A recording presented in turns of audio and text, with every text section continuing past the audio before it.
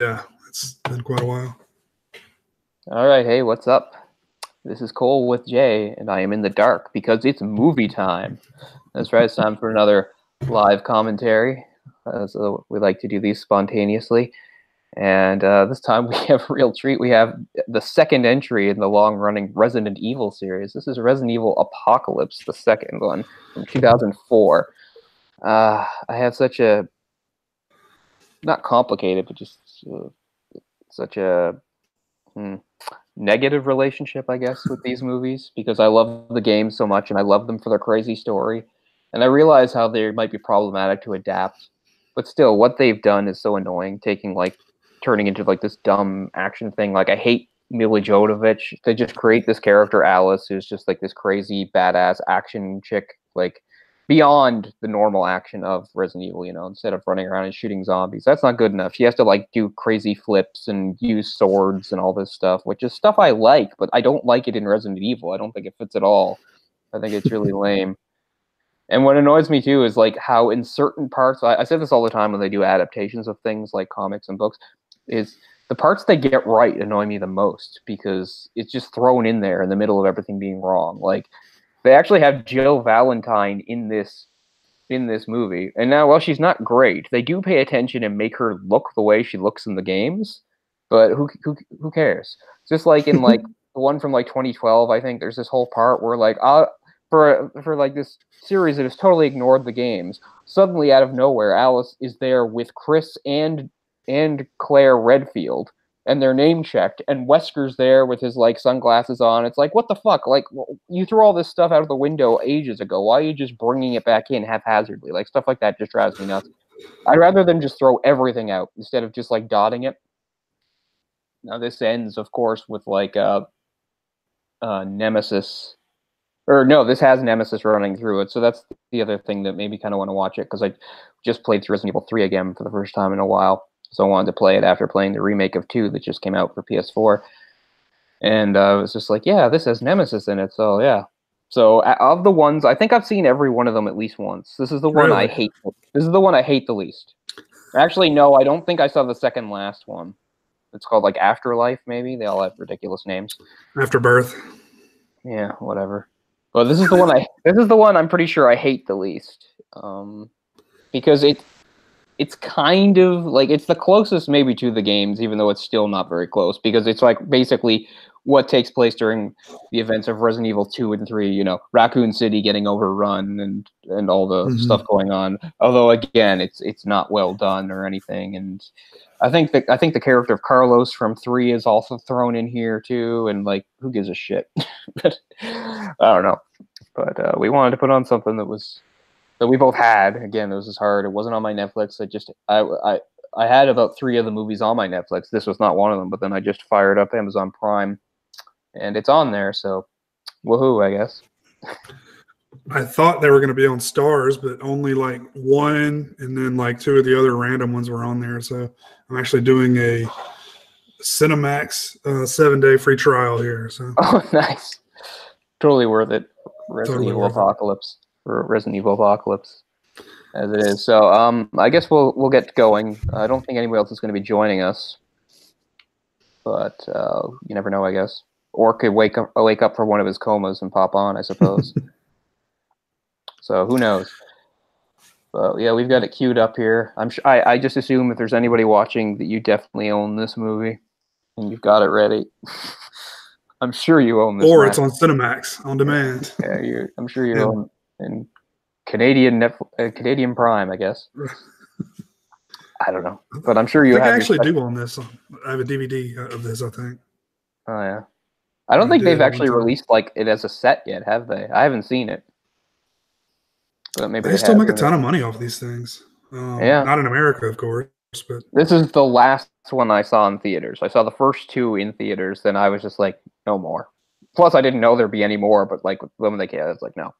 But I did see this in the theater back in 2004, and I've seen it at least once or twice since then, or at least parts of it. I remember it fairly well. But anyway, this is not a live comm to really go in depth of a really complicated movie. This is for fun, so yeah, we'll count down now, I guess. I'm basically at about 2 seconds. There's like a weird star effect Okay. on the Yeah. screen. Okay, so 3, 2, 1, push play, everybody. Yeah. What is that? Weird. Was that Screen Gems or something? It is Green Gems, very good. I don't remember half of these. Some of the big ones, sure. That's another one of those. Oh, see, now I'm getting something that you probably don't have because it's Canada. Davis Impact Films, Canada. Yeah.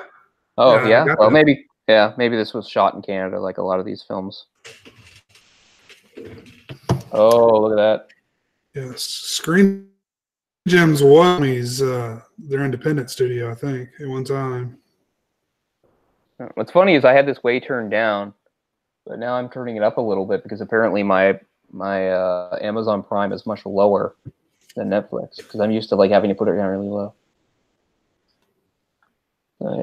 So yeah, I mean they still have the whole thing about like Umbrella's the one that caused the thing, but I don't know. It's just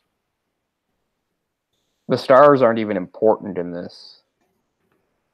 Like they do point out that like this is like the first movie doesn't reference stars. This movie does reference stars, and all it does is show them getting massacred. Because like Nemesis does still have the same programming where he's supposed to go after it, and there's like and they're like stars, they're the best of the best, and then Nemesis just like murders them all. And I actually just watched part 1 maybe a month ago. So oh yeah, the only thing I like about part 1 was it's Michelle Rodriguez in her prime, and I had a huge crush on her back in the day. Mm-hmm. I love that whole tough girl thing that she was so good at. One thing I do like about these two particular films is the way they go inside. You know, it ends the same way this one begins, which I think is kind of cool.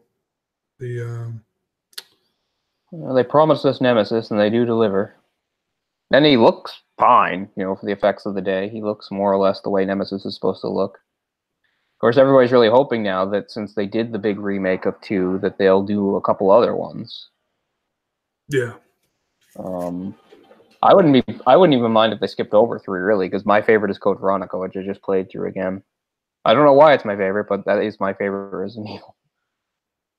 Even though it has some really annoying parts. I thought I had fucking subtitles turned on here.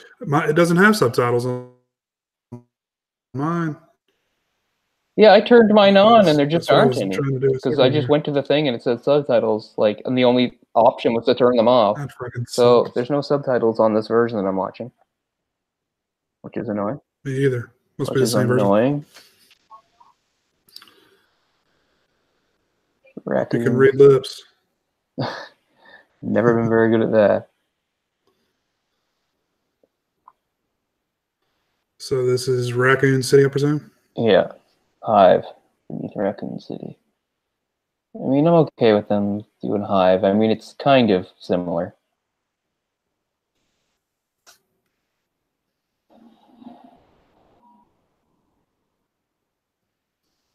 I can't quite remember this part. I remember it once the shit hits the fan. I don't really remember how this goes.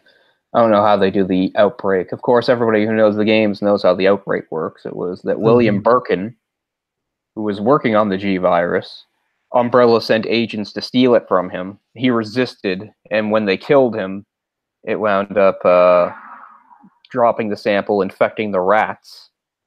The rats would spread it throughout the city. And also, later, they left him for dead when he was supposedly, they thought he was dead, and he injected himself with it, and that's why he became the big monster that he became. So that's how the outbreak. Completely different premise. Yeah, I don't even know if I don't think William Birkin's in this at all. I'm not sure.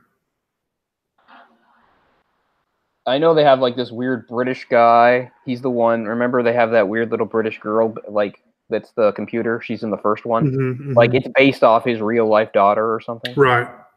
I know that he's in this, and I know there's a part towards the end where they're waiting for the helicopter, and he's in there, and he's really annoying.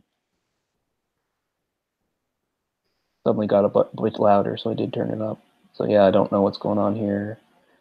But yeah, this whole idea that see Ashford. So the Ashfords are brought in Resident Evil Code Veronica. See, they're taking little bits and pieces, but I don't like how they're using them. Yeah. Because that's the other thing. Umbrella was founded by 2 men. One of the Ashfords back like in the early 20th century and a guy named Spencer. And that's who founded Umbrella. And it was all part of this thing called the T. Veronica virus, which they spun off into the T virus and the G virus, et cetera, et cetera. But that's one of the things I really like about Code Veronica, because you get this, you never saw the actors before, and you see them and they're completely batshit insane. You know, you got Alfred running around while his twin sister Alexia is in like stasis for 15 years, and he's like dressing up as her, pretending to be her because he's so crazy and dependent on her. It's funny actually. There's a part later like where after he gets away, like Claire's like, it was Alfred, that cross-dressing freak. And I'm thinking, oh, you can't say that nowadays. You can't? You have to respect his lifestyle choice. Oh. Dressing up as his sister and pretending to be her. You can't say it as a negative thing. Right. And she did. Yeah. Like, never mind that, like, she was put through hell by this guy, and he really is a freak. But and I say that all the time with my modern day goggles on. You know, like films from 10 years ago, things are so different.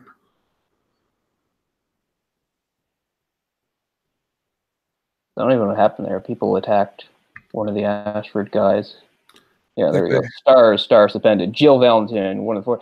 Yeah, in this they really changed Jill's character too, because in this Jill's just like kind of like a badass like rebel. Yeah.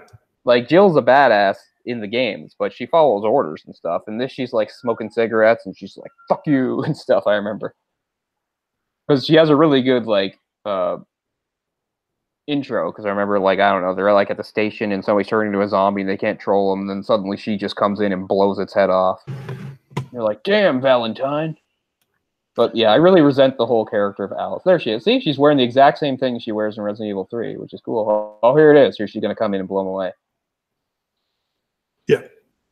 Same haircut. Like, she looks great. She looks just right, but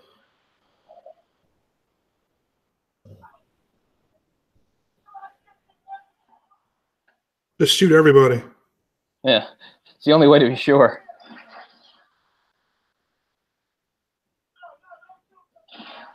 I hate that guy. He's so stupid.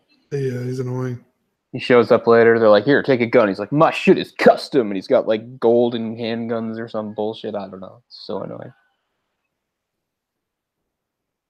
Wow, there's some weird stylistic choices in this I forgot about. Like the way the camera zips into things. Like they just did there. They like pushed the camera like into like a speaker and then emerged on the next scene. There was a lot of that in the early 2000s. I think they did a lot of that in the first film too. Yeah. Remember what they did in 2003 for the 2003 Hulk movie, where they'd have like multiple screens going on at the same time, and then they'd merge and stuff. Wow, that's odd. Is that the Edward Norton one? No, that's the Eric Bana one. I've forgotten everything about that except that Nick Nolte's in it. It's as terrible as it is. You kind of have to respect like the really different direction they try to take it in. They make it really emotional, but I mean it's all ruined because like, the effects are garbage. It's you know, he doesn't look any good. It's Ang Lee, who I think is a good director, but what an odd thing for him to do. And just like, you know, the Hulk doesn't look good, and everything's in the dark, and they have him like fighting giant like dogs that were like, it's so stupid. And in the end, like the whole thing is like Nick Nolte is his father, who's been posing as a janitor to get close to him, and his father like subjects him to something, and he turns into something like some sort of weird like lightning elemental, and they have like I don't know, it's ridiculous. Oh, yeah, I thought he tried to get irradiated the same way that Bruce did. Well, maybe he did, but he turns into something completely different. He's just like a big flesh-colored monster, isn't he? Yeah, but he has like electricity powers. Better than Jamie Foxx. Yes.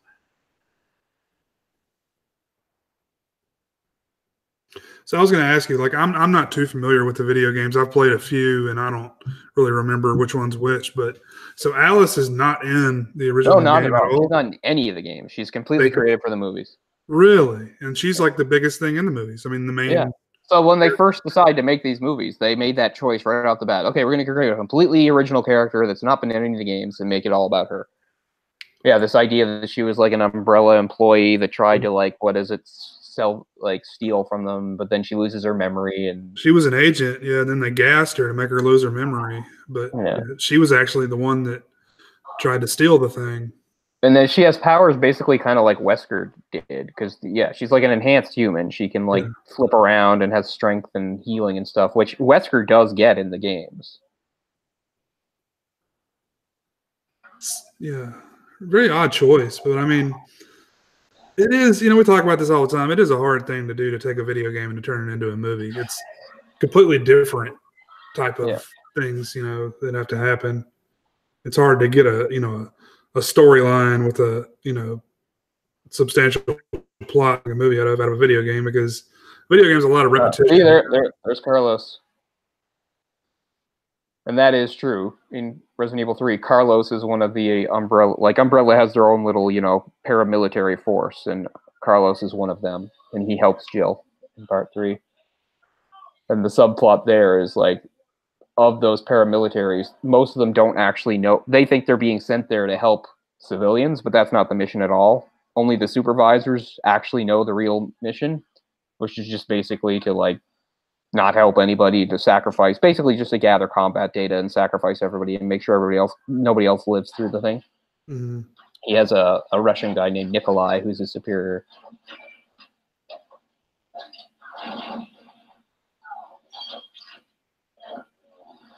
But yeah, to me, this just has no place in, like, especially I realize the later games did action it up a bit, but I mean, I don't know, like this. I don't know. I don't like it. It's not a survival horror anymore. No. And again, I realize that's problematic to adapt, like you said. Like, I like how the story is very slowly, revealed in the early games, basically just by, like, stumbling upon, like, documents and stuff. I realize you can't have a movie of a person going through a mansion and reading documents. I know, but I don't know. There has to be something better than this. Checking their dossier every 5 minutes. Who was that woman? I don't even remember.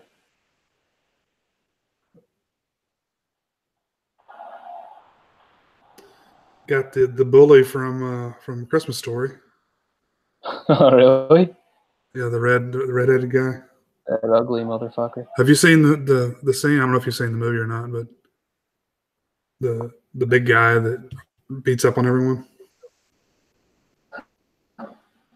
He has like a beaver hat on, or not a beaver, a raccoon skin. Oh yeah. Oh yeah. I know A Christmas Story inside out. Yeah, I know who you mean.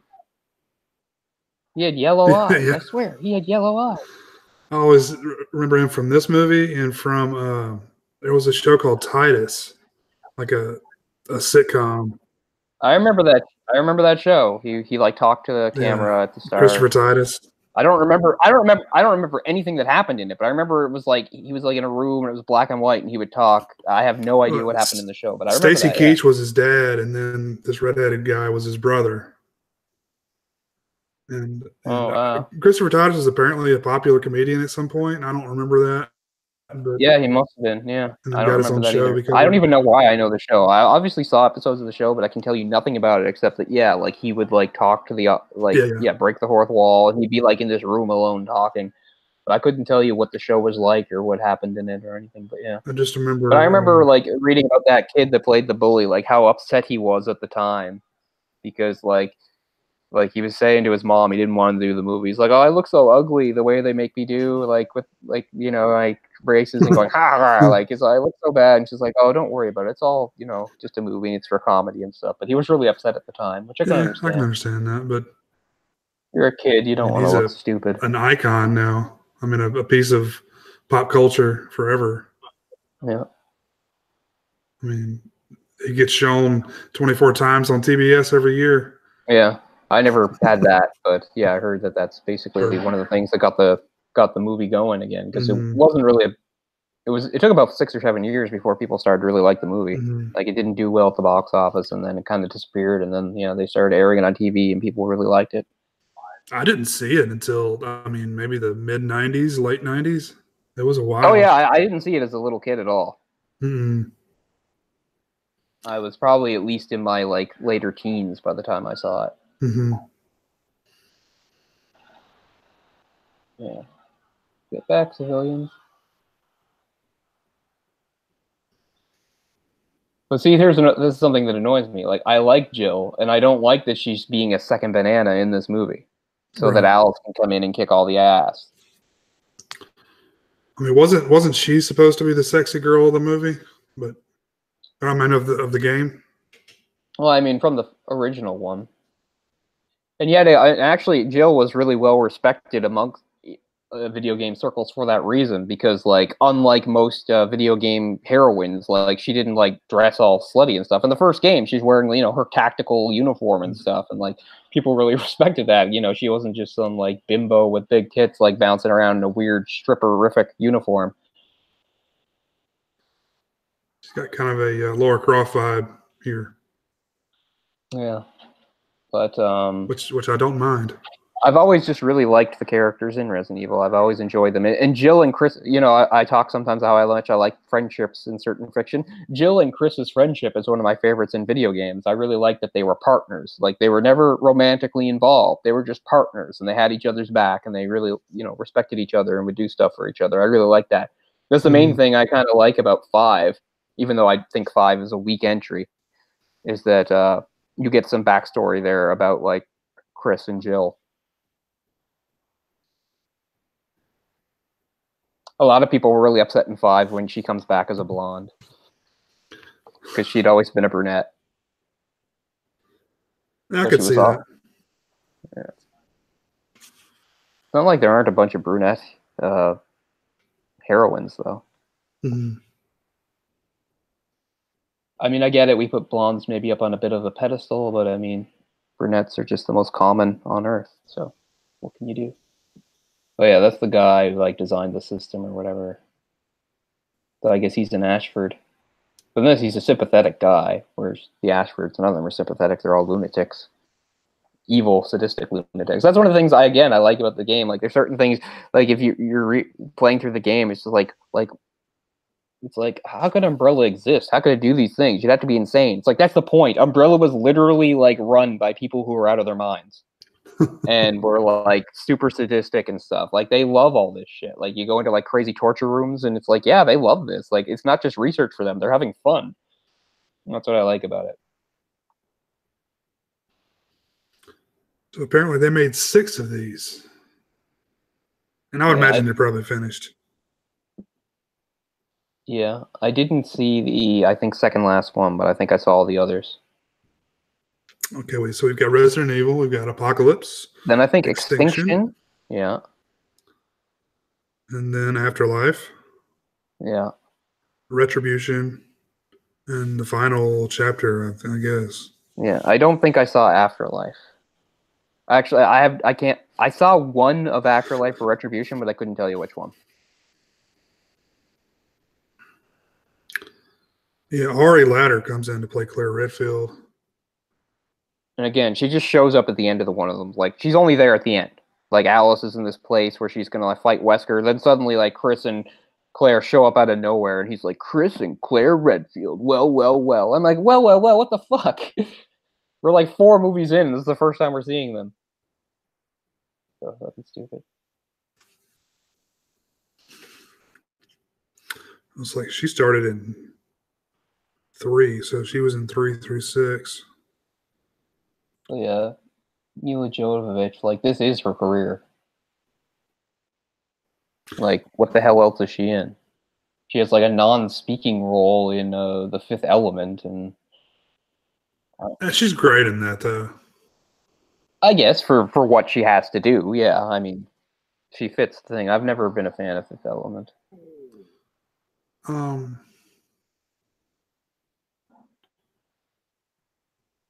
I would say I like it quite a bit more than these movies, but yeah, sure, I guess. Yeah. Who was that? Was that Verhoeven that did that? I should know. I guess what annoys me is, like, it was sort of like the first attempt to properly show off like Mobius's style after it had been used in different movies. Like, no, let's make this directly on Mobius, and then didn't happen.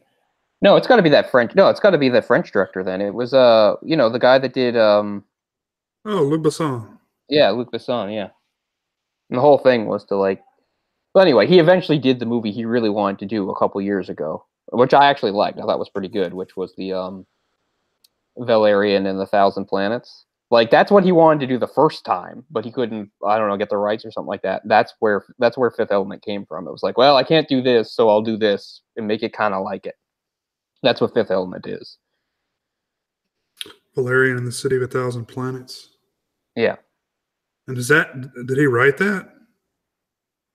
Or is that Well, based on it was a long running sci-fi comic it's a French comic that ran from the late 60s all the way up to the early 2000s. I've blabbed about it before, my comic know-it-allism. It was definitely like a big influence for George Lucas and Star Wars. It predates Star Wars, for instance. You can even see some things that are look taken directly from it. But the movie's a bit problematic. My main problem is I don't like either of the two leads playing the characters. Yeah. I don't like either of them. But I still like the movie very much. It's visually great, and yeah, I like the movie. I know we've talked about it before. I need to watch it. Fun comic. But anyway, that's what Fifth Element was. Like Luc Besson was being French, had grown up with that comic and loved it.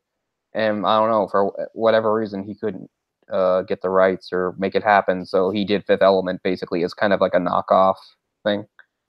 I mean, it's fairly different, but that's like the visual style and everything is, Yeah, I think that's really what I appreciate about it is the stylistic elements of it. It's So this part's pretty good. I remember that because they're doing a whole thing where they have to fight the Lickers. So this is very Resident Evil, It's like, or I don't know if we're at the Lickers yet, but there is a part where they have to fight Lickers, and this is great. She's by herself. She's going through hallways. Like that's kind of like the game. I like it, but it's not going to last.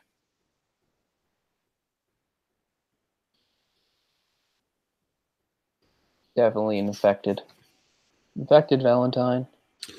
Yeah, someone was talking about. Oh, I'll wait till this is over with.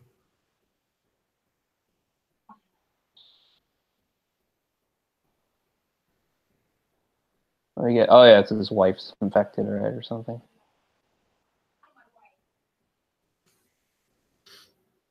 She's a lot less compassionate than the video game, Jill. And they never point out that she's the master of unlocking. I mean, what the hell?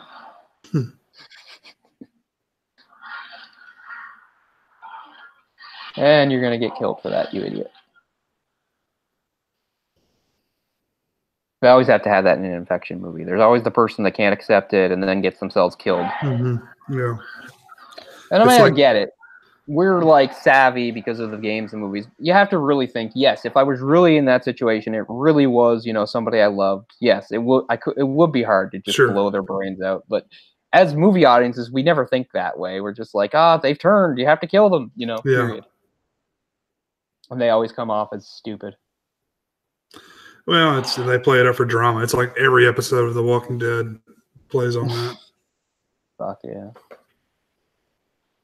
There's the Lickers. She's done a decent amount of stuff. I mean, not that it was very good, but I know she was in that. Like, I never saw it, but that, what was it? It was kind of like Paranormal Activity, but an alien thing. The Fourth Kind or something like that. Yeah, I didn't see it, but I know she was in that. She was in Ultraviolet. Wow, which is absolutely terrible. So I've heard. It's like some sort of Aeon Flux type thing. Yeah, but it's a complete, it's not based on anything. It's a complete, its own thing. It came out at the same time as another one that was based on something, but I can't think, that was very similar. Aeon Flux? I mean, I think you just said it. Oh, they did make an Aeon Flux. Yeah, Charlize Theron. I was gonna say, oh, okay, yeah. Yeah, they both came out around the same time. It was not good either. I didn't see either. That's right in my wheelhouse. I love movies with really strong women in them. Yeah. And shows. Yeah, I often write female characters. Except I'm a lot more legit than Joss Whedon, who's just been turned out to be a big fraud. Yeah.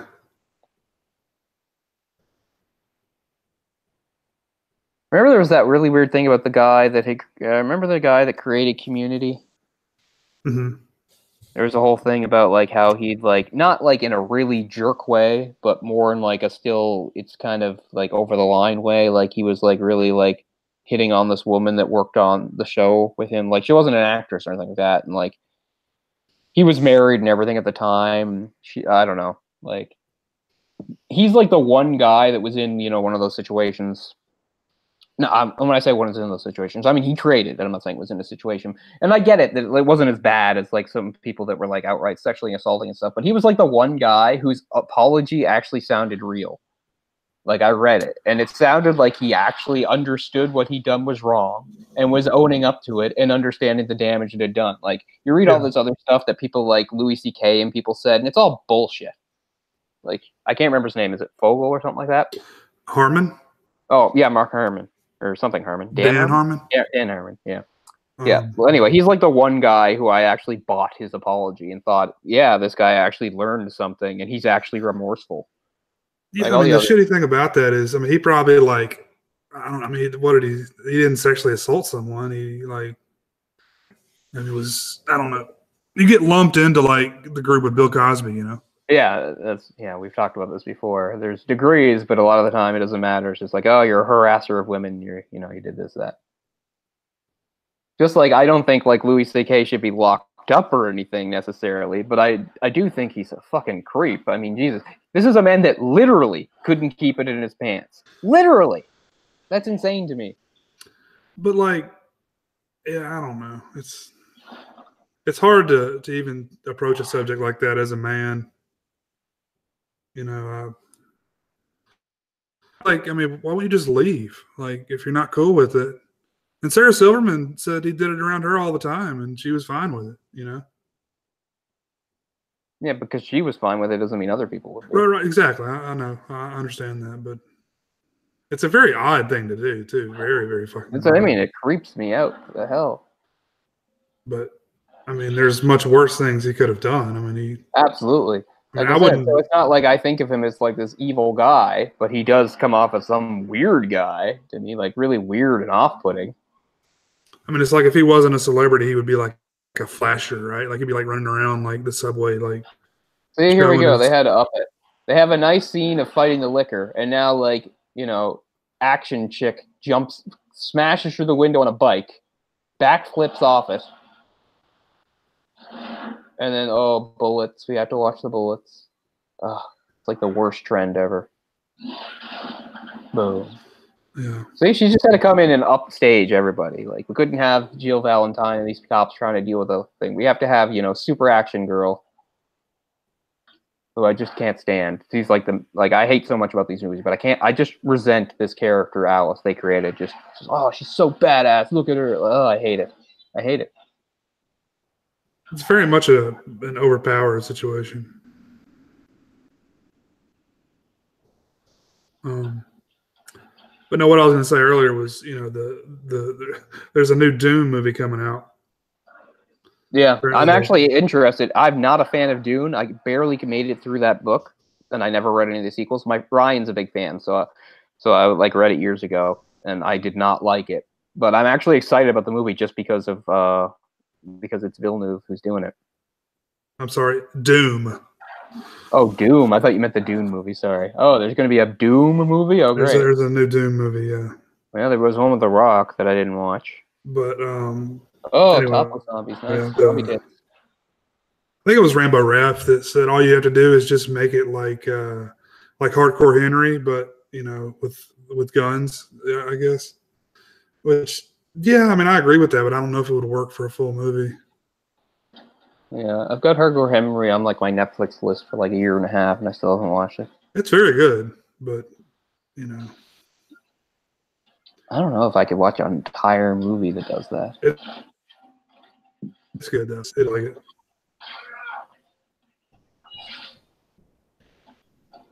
Okay, so here's Carlos and his squad. Oh no, that's not Carlos. This is some of the cops. I feel like you guys need better body armor. If every time you get near one of these guys, you get bitten. Yeah, maybe short. At least short sleeves isn't a great idea in this sort of situation, like Your shirt is a long sleeve shirt, but it's pulled up and folded, Yeah. cuffed. Yeah, that's a great idea. Just have your wrists nice and accessible for them to rip open. Need to get you some denim or some leather. See, scenes like this are fine. They're on point. The Yeah, cops are yeah. getting overwhelmed by the horde. Sure. I would rather watch that than the stuff with Alice. Exactly. But yeah, this is why I can take this movie over the others, because this has the most resemblance to the games. Mm-hmm. I mean, by extinction, it's like what? The entire world has been overrun, and she's like wandering the desert. Oh my god! I just She gets remember like attacked by like a crows. bunch of crows, which actually happens in the games. But I mean, come on, not like Uh, massive swarms of them. I saw that in the theater, that film, and I don't remember much about it other than the crows. It's the first one where you see Wesker. She gets to this part where she finds again yet another like underground complex, and down there Wesker's there blabbing. Mm. But by then it's like, who cares? Does he inject himself with something and turn into a giant super monster? It seems like what happens at the end of every movie. Not by then. Okay, There's so what always we some got like here? huge thing justified at the end. Yeah.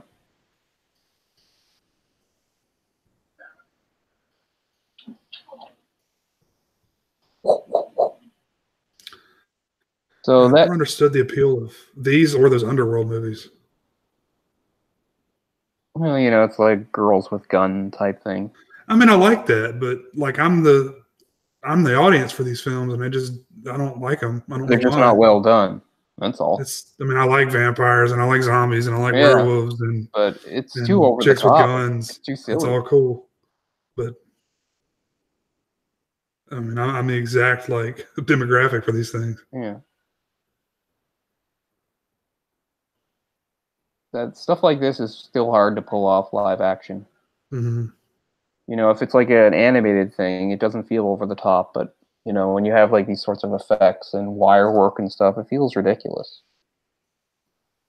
Like, I don't buy anything that Alice is doing. Now, I mean, I get it. Alice isn't supposed to be a normal human. She is supposed to have powers, but I don't know. It just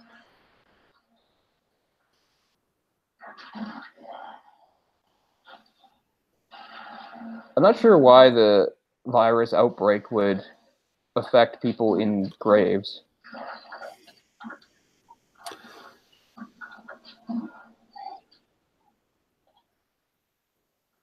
Because now they're going by Night of the Living Dead rules. Yeah, exactly. Which is not what this is. This is an outbreak of a virus. See, look how bad that looked there. What was it? It was just a. Oh wow! Just The sped up stuff. yeah. They'll speed up and slow down and speed up and slow down. Oh, the jump cuts are killing me. Yeah. Again, I'm not always against jump cuts. Sometimes it's essential to a fight scene because it can get across something like how frenetic it is and stuff. But I just mean, this was the era where everything was jump cuts and stuff. And It's how you can get across someone who does not know martial arts, look like a martial artist. Yeah, right. And Mila Jovovich was no martial artist, but she did train. And you know who trained her? Mm-mm. Robin Shou. That is the guy who is Liu Kang in Mortal Kombat, and he was in Beverly Hills Ninja and stuff like that.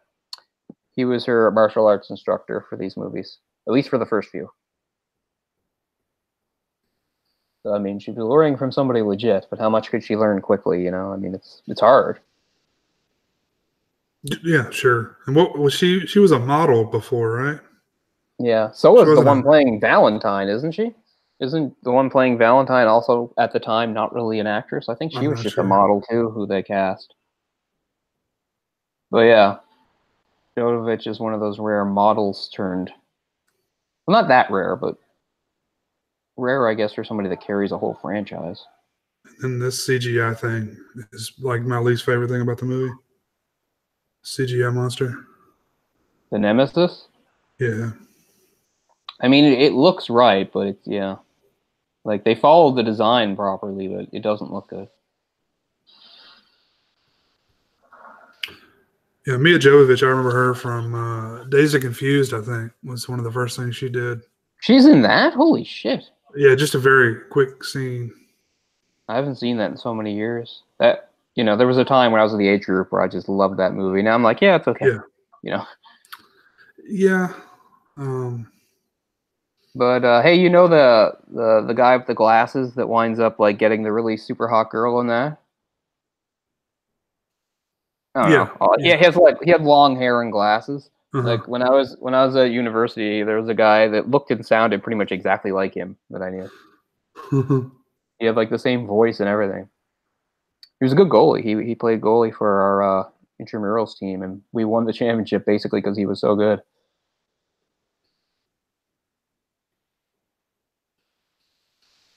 He did not like look athletic at all, but he was a really good goalie.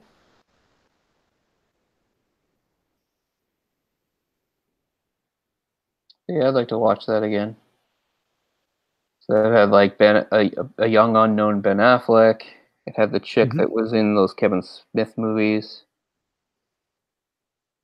She was the main chick in Chasing Amy, and she's in Mallrats. Yeah. Yeah. Of course, Matthew McConaughey. All right, all right. And who was the brunette girl is someone too. Yeah. It's not going to come to me, though. The sister of the younger kid. That's what I hate, that weird camera technique they're doing. There it is again. Like, what the fuck is that? Oh, yeah. What is that?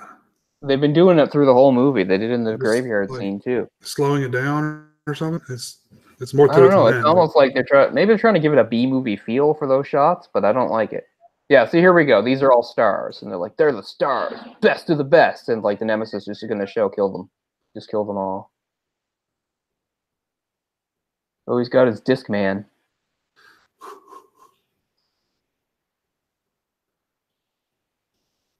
What's funny is nowadays, like, iPods aren't even new anymore.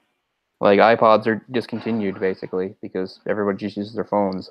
I like having my iPod separate from my phone. I don't want to drain my phone by listening to music. Yeah, I haven't had a player that isn't my phone in quite a while. Yeah, no, I still use my iPod. But, I mean, I'm always out with it. Mm-hmm. It's different, like, if you have a car. But when you walk out, my shit is custom. Look at my special gold guns. Like, I just want him to die right there. And yet I think he's the only one that like survives. He's in the third one, I think. Oh fuck! Of course he is.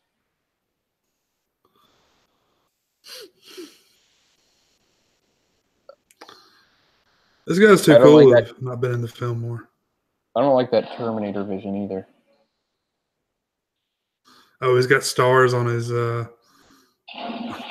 heads-up display. Yeah, as I said, I don't like having a heads-up display. I don't like that. I like buy that he's programmed. That's true, but I don't like them like making him seem like he's like cybernetic or something. He's not. He's a bioweapon. DOW. You son of a bitch. I don't know what he's actually saying, but it's probably something like that. You goddamn son of a bitch. And they say take him down, but they can't.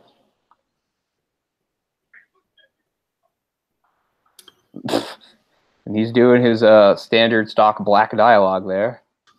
You motherfuckers don't stand a chance. He's packing a rocket launcher. And yeah, he's gonna leave. And there we have the weird Umbrella execs like directly controlling him, which is not in the games. Like they have him like, yeah, they can see everything the Nemesis can see and everything. It's not supposed to be like that. It's just you drop him in an area and he kills for you. It's not like he's a robot. Man, they're straight up blasting him too. He's got squibs going off everywhere.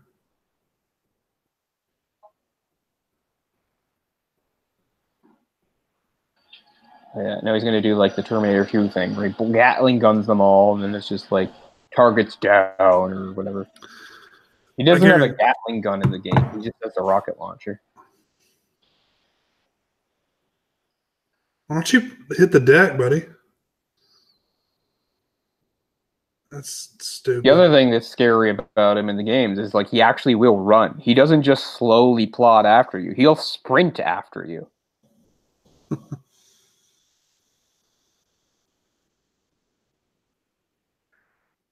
He doesn't kill him because he's not stars. My shit is custom.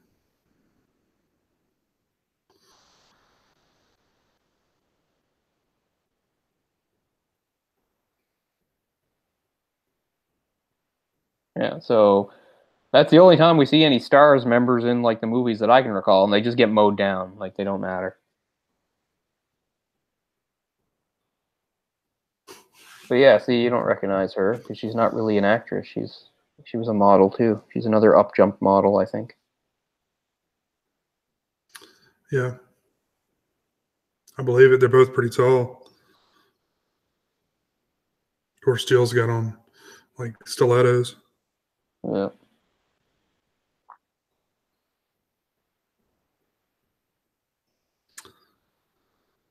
Yeah, Mia Jovovich is also in a band with the guy from Tool. Oh, Maynard. Yeah, it's called Pussifer, I think. I wasn't aware of that. It's not She bad. sing? Does she sing? They put out 3 albums, 3 or 4. Yeah, she Does she sings. sing? Yeah. Oh, cool. Trying to see if I saw anything about it here in her bio, but I don't see it. Jared Leto's in a band. Still is, I think. Yeah. A lot of those guys were. Like, it was a real popular 90s thing for those, like the Tiger Beat guys to also be in a band on the side. Like River Phoenix and, like, I think Oh yeah, Keanu Reeves was in one, too. River Phoenix is all about music. I've listened to it. It's garbage. It just sounds like terrible folk. But I mean, that. like he was really, really serious about it. Yeah. I mean, I think more so than acting, right? Yeah, at least around the time that he died, yeah, he was like really getting into it. So who knows what would have happened? Yeah, I can respect that for not being passionate for what you're known for. Yeah, man, he dated Samantha Mathis back then. To me, they're like the best looking couple of all time.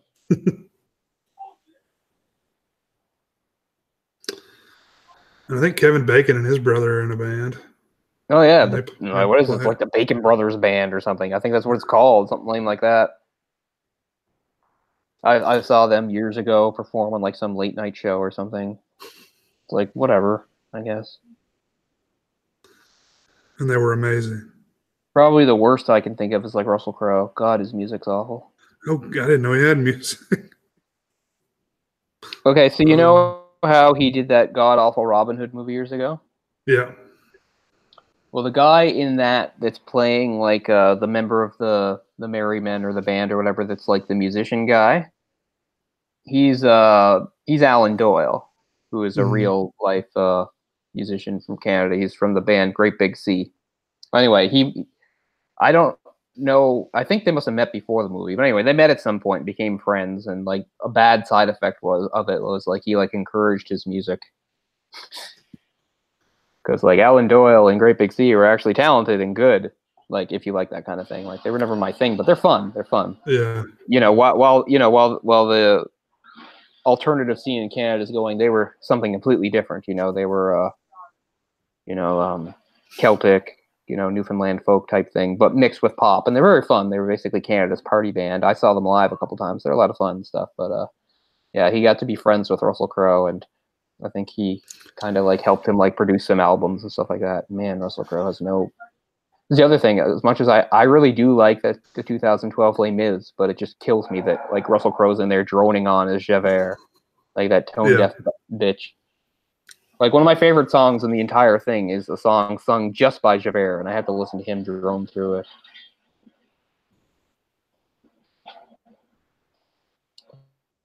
Like everybody else in that movie is pretty good. Or what about wasn't Hugh Jackman in one of those? Yeah, he's the other main. Yeah, he's the main guy, and he's Is not he? nearly like he's not as good. He's definitely one of the weaker ones, but he's not nearly as bad as Russell Crowe. Really? Like everybody else is at least competent, and some are quite good. Like I forget her name. I always forget her name. Catwoman. Halle Berry? No, the good Catwoman. Michelle Pfeiffer. No, the Oh, the Nolan Catwoman. I know we can keep naming Catwomen. There's been quite a few. Julie Newmar. Yeah. Let's say Anne Hathaway. Yeah, Anne Hathaway. She's really good. She sings very well in that. I've heard her sing a few times. Yeah, I think she has a good voice. Yeah, she plays Fontaine. Which you never know. Like, oh shit, I can't think of names tonight. The girl that does the voice of Anna in the Frozen films. Kristen Bell. Okay, yeah. You wouldn't have thought that she has a really good voice. I mean, I don't like that movie very much, but she sings well. Voice. Yeah. Well, I mean, a lot of these actors, I'd say at least half of them are at least decent singers because a lot of them, they're triple threats. You get to see that sometimes. Like it's kind of funny seeing somebody like, again, I'm doing the same thing with names, but like in Chicago, what's his name? Oh man, Richard. Is it Richard? He was like a heartthrob back in the 80s. He's in one of my favorite movies, Primal Fear. Richard Gere. Oh, it is Gere. Okay, I was thinking Richard Gere. But... Like Richard Gere, he doesn't have to like sing like really great. Like he's kind of got like a but he's dancing and stuff. It's like, wow, Richard Gere can actually pull off some moves and stuff. Because a lot of them they were trained this way anyway, and like they didn't actually get a chance to really use it for most of the stuff, and now they get to use it. I guess does it go kind of hand in hand with maybe theater and musicals and like Katie Holmes can really pull off a musical number. At least she could back in the day. I remember seeing her do some like burlesque type thing, and it was awesome. Yeah, I imagine a lot of those guys probably can, like Michael C. Hall and a lot of the guys that frequent Broadway and stuff. Yeah. I've lost what's going on here. It doesn't matter. Their friend, who they wouldn't kill, is now infected. Yeah. Come on, do something, Alice. Like, do a Superman punch or something. I think Alice is separated from them or something. Alice is fighting the big monster right now. Yeah. Nemesis. There's Carlos. Oh, yeah. See, these are Umbrella soldiers.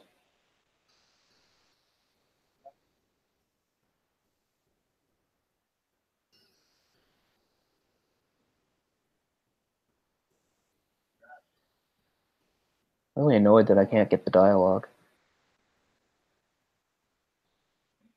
I really don't think it matters. But yeah, I agree. I don't know. Whenever we do these things, Orc doesn't even put on the subtitles.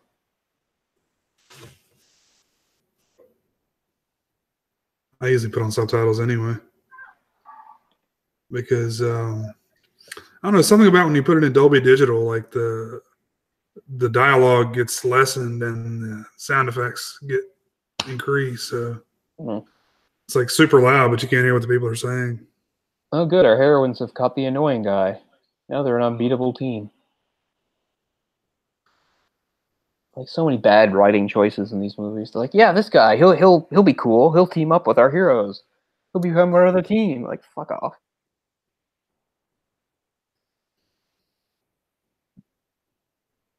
Oh yeah, they're trying to find his daughter. Who's like in this school. Actually, I don't know if they're trying to find her, or if they just do find her, but with like the most British accent any child can have. Yeah. Yeah, is the heaviest posh accent. Oh, oi, father. You're all going to die. Yeah. You're all going to die down here. Yeah. Let's go to the sock up. Please, sir. I have some more. They must be there for a reason, so maybe they are looking for her. Can't hear anything, so I don't know. I forget why they even know to look for her there, but yeah, I think so. I think he contacted them somehow and said, I can help you if you get my daughter. It's probably something like that. Why she would be the only person in a school, I have no idea, but yeah, she was a former model. Yeah, I remember that. And I thought, oh, they did a good job trying to find somebody that actually looks like the character. But then, that really winds up not mattering because this is the only time she's in the series. And again, she's completely eclipsed by Alice. And now even this dumbass. Oh, fuck. Oh, she was in a few of these. I didn't realize that. The one that played Valentine? Yeah. Oh, I don't remember her after this. This is the only time I remember her. She was in Afterlife. They must have really reduced her role in the other ones. No, maybe that's it. Oh, she was in Apocalypse. Well, this is Apocalypse. Yeah. Yeah, she was in Afterlife also.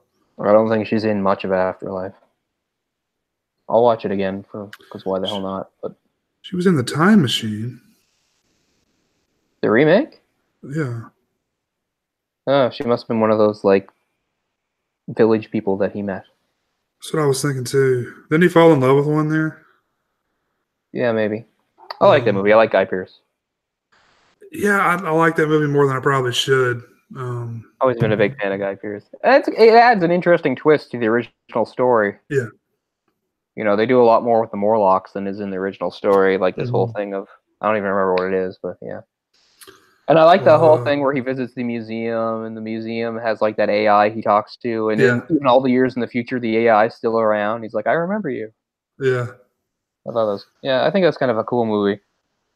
And Jeremy Irons is the king of the Morlocks. Yeah, and he's really chewing the scenery in it. Really hamming it up, yeah. I mean, he's done some awful things. Like the Dungeons and Dragons movie. Oh my god. Oh shit, I didn't realize he was in. Oh man, he's you can barely understand him. He's the way he's script. It's an awful movie. There's nothing good about it. Everything is garbage, and it's got a Wayans brother in it, for God's sakes. Yep. But it's just he's the main bad guy, and in the end, he's yelling so much, you have no idea what he's saying. He's like that's what he sounds like. Yeah, overacting. I saw that in the theater also. Oh man, I dodged that one. I saw a lot of terrible movies around that time, but not that one. I can safely say I did not see that in theater. I just watched virtually everything that was anything. And I mean, that was around 2000 when I was hitting all sorts of terrible movies. I saw Wing Commander a year before that. Wing Commander. That one. Yeah. Fuck. I hate that I saw them. That's the only time I saw that movie. Luckily, I don't think it was even good enough to show up on TV. So I remember nothing about it except it was garbage. I mean, it was a video game. I remember that. Yeah.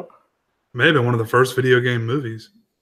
It was 99, so it was kind of a fad at the time, because the first Resident Evil was about a year or two off. They'd done the two Mortal Kombat. Yeah.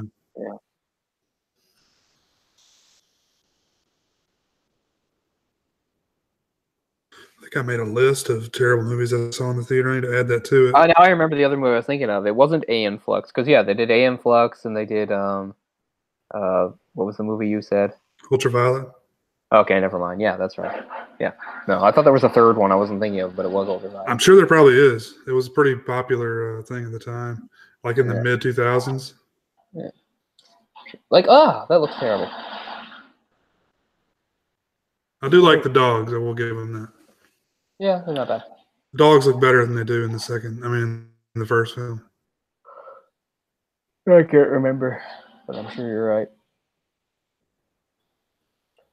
So you just want to the first one was so annoying with its weird cube stuff. They have this thing where lasers are cutting people apart and that's not Resident Evil. I mean, they did actually do something for that in Resident Evil 4, but never mind. It's Paul W.S. Anderson, just we need lasers. Yeah, we need lasers and chick flipping off the wall. At least she doesn't have her swords yet, but she'll get them.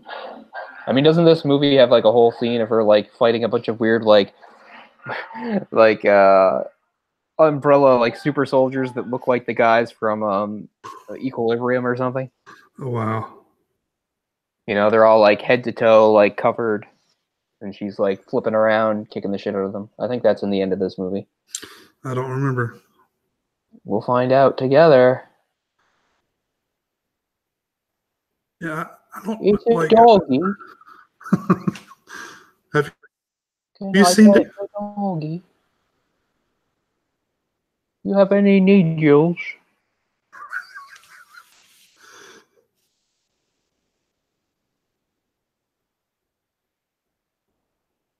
I think it's the same actress in the first film too, or looks a lot like her.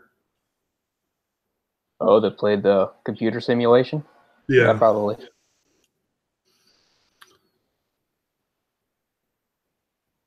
Well, at least Jill is getting to do some things in this movie, at least. But still, it's all the Alice show. It's kind of like Jurassic Park, yeah. except zombie dogs instead of raptors. Zombie raptors. That's what we need. I'm so surprised they didn't come up with that. In 6 movies, yeah. They need to like just combine InGen with Umbrella. It's like we found a way to clone dinosaurs and bring them back to life and zombify them. Dino DNA. That's an even better tourist attraction. Did you see the last Jurassic Park movie? Yeah. Fallen Kingdom? Is it any better than the other Jurassic World? No, it's not better than Jurassic World. It's definitely worse. Okay. I still didn't hate it though. It feels weird. Like, I mean, even though I only really like the original, it still means so much to me that I still saw the first one in the theater. Like, it still felt really weird. Like, that's the first time I didn't see one of them in the theaters. Like, even though by the time 3 came out, I was like, no. Yeah. And then I was like, this is the one that'll fix everything with World, Yeah. and it didn't. And you know, I liked World in the theater though. I liked it at the plays time. I liked it okay at the Yeah. time, but yeah, then Yeah. all the cracks really start to show. I say the exact same thing. It was fun at the time. Mm-hmm.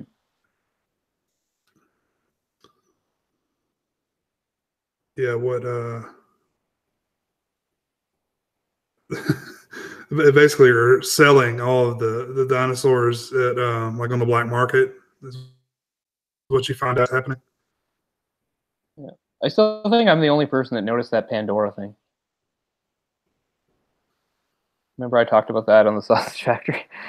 Because this is a great part. Like, you know how like the park has like all these stores, you know, there people can shop and stuff, and then Right. like near the like the shit's hit the fan and everybody's running and there's, you know, flying dinosaurs and stuff like that.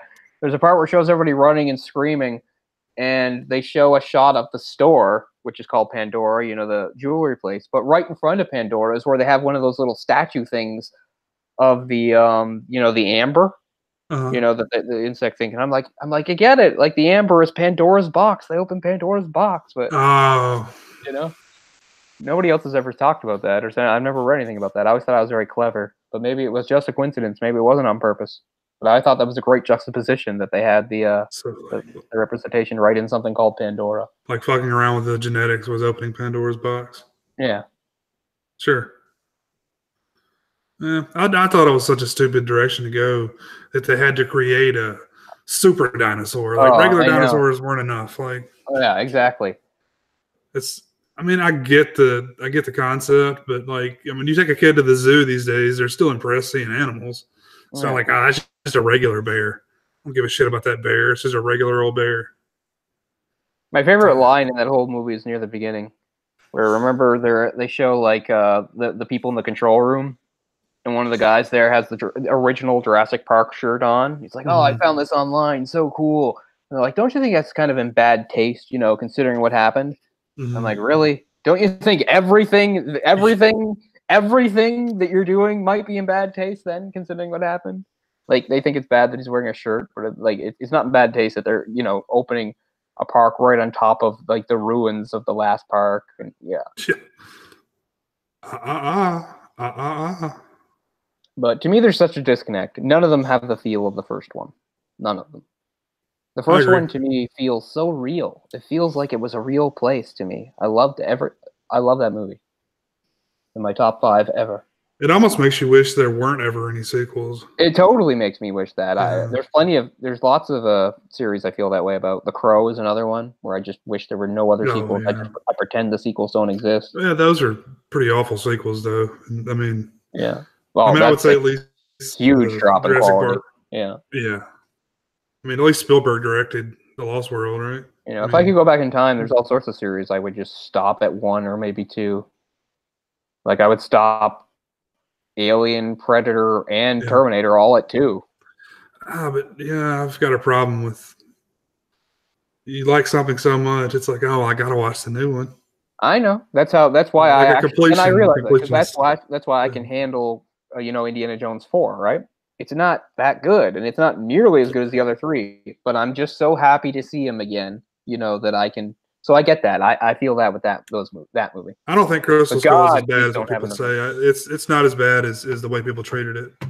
No, to me, it's not that it's bad. It's just that it's such a huge drop off from the others, right? Like the others are so good. There's no way it can possibly compare or live up to it.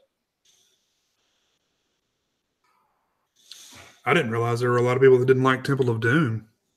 Those people are insane. Like, Temple of Doom is fucking amazing. I think I watched Temple of Doom like more than any of them, just because of the time period, the age I was when it came out. Right, and I know certain people I'm a biased person. They're my favorite movies. I love those movies. Whatever. Mm-hmm. But I mean, I know there's plenty of people that Indiana Jones they're fine with, but they like Temple of Doom the most because it's the dark, quirky one. They like that. It's the dark one. It's quirkier. It's the movie that made them have to make PG-13 because they're like, holy shit, this can't be PG. It's not R, but it's certainly not PG. Yeah. You just ripped that guy's heart out. Mm-hmm. That is that one, right? Isn't that with the heart? Yeah.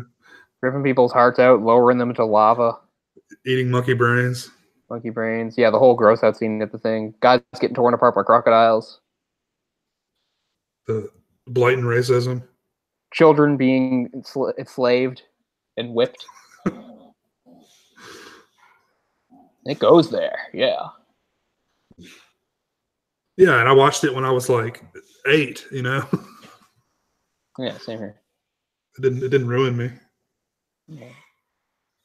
Well, that's the other thing we'll have to talk about sometime on the show and stuff like that. Was like the 80s was awesome for all this sort of like darker stuff that was actually maybe not specifically for children, but was like okay for children.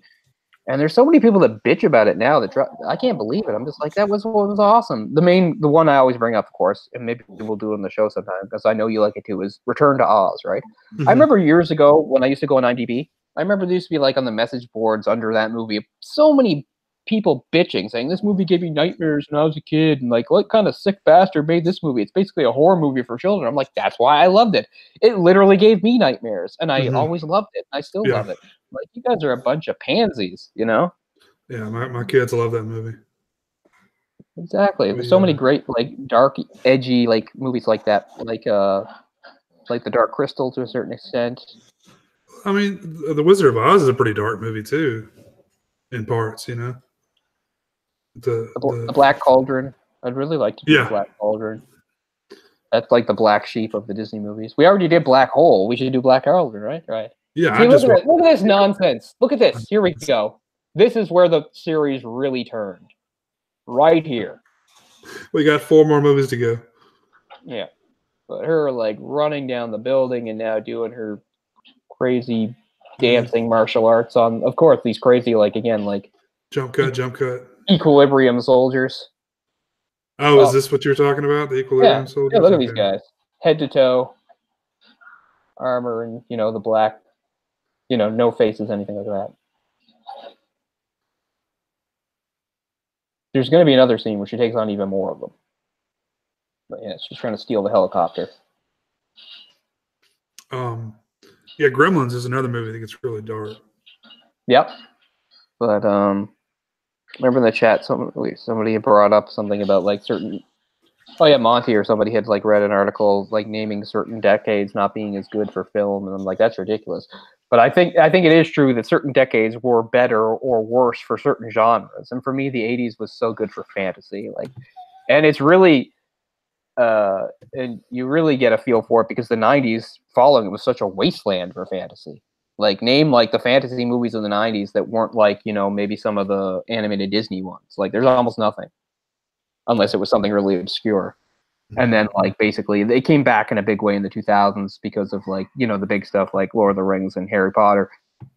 But the 90s, there was just pretty much nothing. I mean, what do you got in there? Like the third Never-Ending Story movie, which is like a horrific crime against nature. Atreyu. Yeah. So she is infected, right? The daughter. She's been I taking can't injections. remember. I think so. Yeah. That's why she's got those weird needle marks everywhere. I mean, that's. It's hard for me to piece this together because I can't hear most of the dialogue. I don't even see how she got captured. What'd they do? Point a gun at the kid? I think so. Yeah. Yeah. So now they're ordered off the chopper. I don't remember what happens here. I do remember that they get on the chopper and it actually crashes.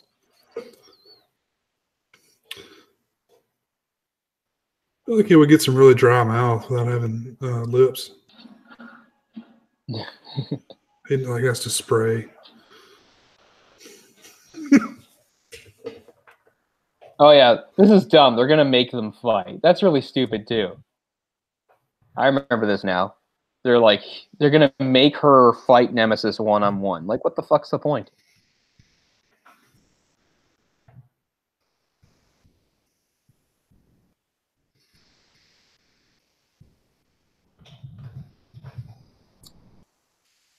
See, I don't like how they have like Nemesis as like this completely like robotic thing. Like in the game, it's very much understood. Yes, he's somewhat programmed. They like he's supposed to kill STARS members, but the idea is you just drop him in an area and let him go. It's not like, oh, you know, he'll stand at attention if we tell him to. Like, none of that's in the games. Like this, they have him very robotic. Yeah, they have the whole thing where he's got like you said, a heads-up display, and they can see everything through his eyes. That's all bullshit. He's not cybernetically enhanced. He's a bioweapon, but they really. But yeah, now she has to fight it one-on-one for some goddamn reason. What's the subtitle of this movie again? Judgment Day? This one's Apocalypse. This one's Apocalypse, okay.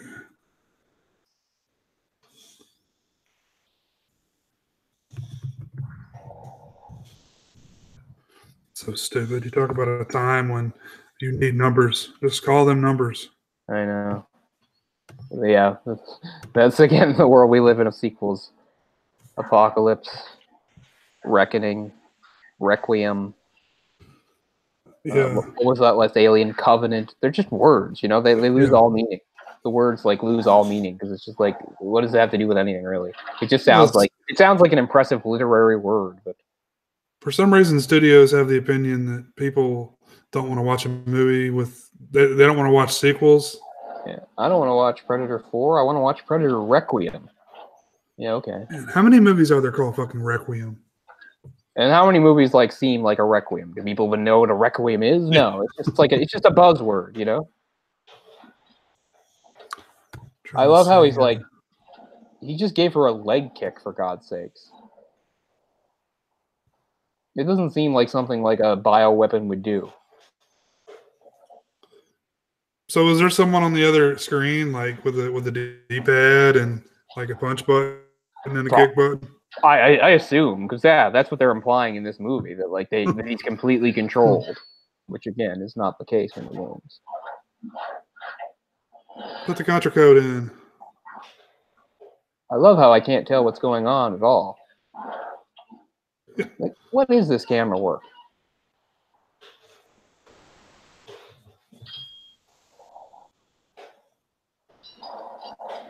Oh, I decided to give her swords. Now the movie has reached that level. Again, I love swords. Swords fighting is some of my favorite things in movies, but this is fucking stupid.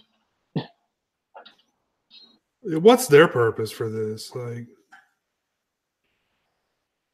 I mean, seeing which weapon is better.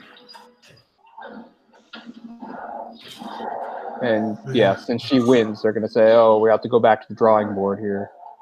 Oh yeah, I remember he was actually the guy she liked. Yeah. From the first film, right? Yeah, there he is. Yeah, because that's how the first one ends, right? Like, we're gonna put him in the Nemesis program. It was her husband, I think. Her fake husband. Oh, fake husband. That's right. As part of their cover, they were both agents, but they were like together because they both were in on the plan to like steal. I think. Yeah, we get it. We remember what happened. Jesus.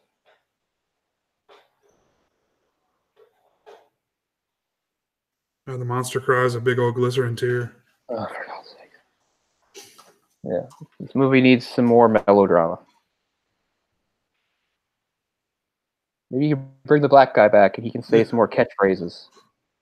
You just see like them like doing this in like the test audience, writing everything down. Get some ninjas in there, neat ninjas. What's the more like token black thing for this guy to say? We already had topless zombies.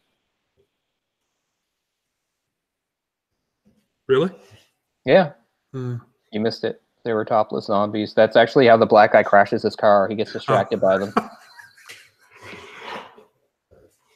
They do a good bit of that in that Scout's Guide to the Zombie Apocalypse movie too, where you have like a really stacked woman as a zombie. It's like, I'd still hit that. Yeah. He's like, he stays there for a minute looking at it. Yeah. It's a pretty good film for what it is. Yeah, I was surprised because by then you thought, oh, there's just nothing left of this like zombie comedy genre. Like, what can they do? But they did a pretty good, decent job. What's funny is like it's called Scout's Guide to the Zombie Apocalypse, but on my version of Netflix, it was called Scouts versus Zombies. Oh, really? I was like, I know that's not right. I remember when it came out in theaters, it was the Scout's Guide to the Zombie Apocalypse, which is a lot better title than Scouts versus Zombies, but that's what it was titled for some reason on Netflix when I saw it. Must have changed the title.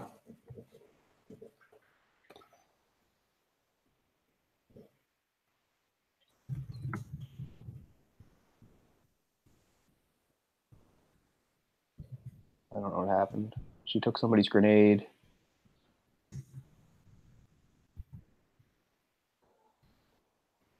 They're going to be executed. But then... Oh, some of his humanity is going to come back. Which is really stupid. Because this is another thing that has never happened in the history of the games. Once people are turned, they are fucking turned. Actually, there's one example of it kind of happening in where the worst character in the game, Steve, from Resident Evil Code Veronica, he does turn into a monster that tries to kill Claire, but then when like this big tentacle thing comes, he does save her. So there is one moment in the game where somebody retains their humanity for a few seconds after turning into a monster, but whatever. Not Nemesis. Nemesis.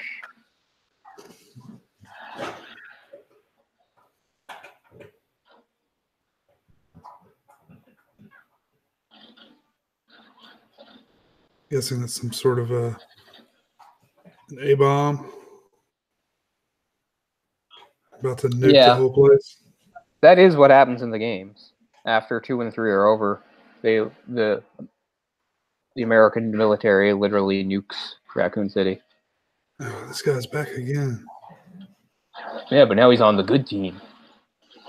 If you mean Nemesis. Or did you mean? No, the African-American gentleman. Oh, he's there? I didn't see him. But sure, he's awesome. In the pilot seat, so. Oh, of course. Oh, you have to have a bunch of broken glass. Helicopters can never shoot in front of somebody. They always have to shoot just behind her. Just move it to slightly, and you've got her. I'll just follow along behind her.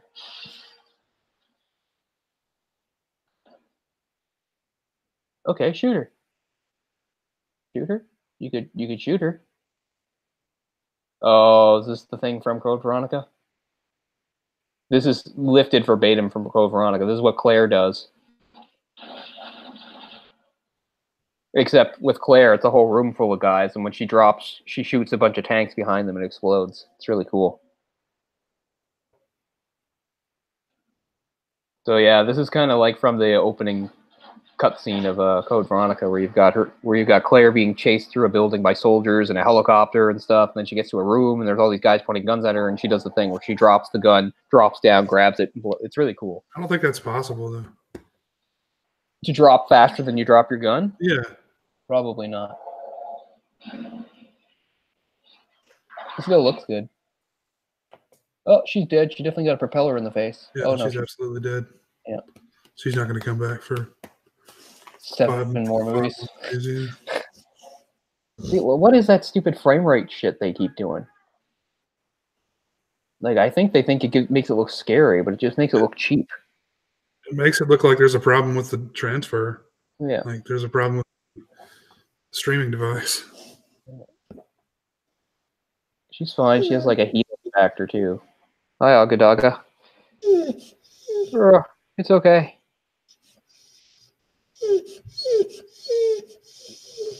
Everything's gonna be okay.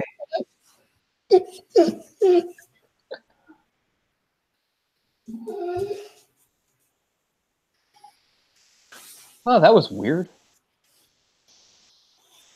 That was a really weird shot of Jill.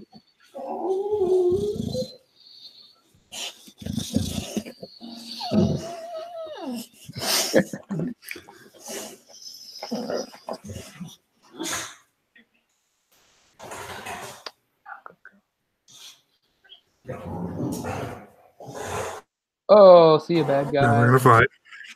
Oh, the dog's gonna have a tussle. Yep. Nice. Perfect timing. Are they brothers?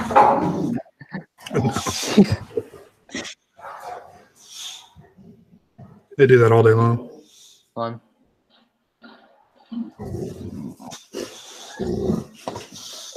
I've got mine here.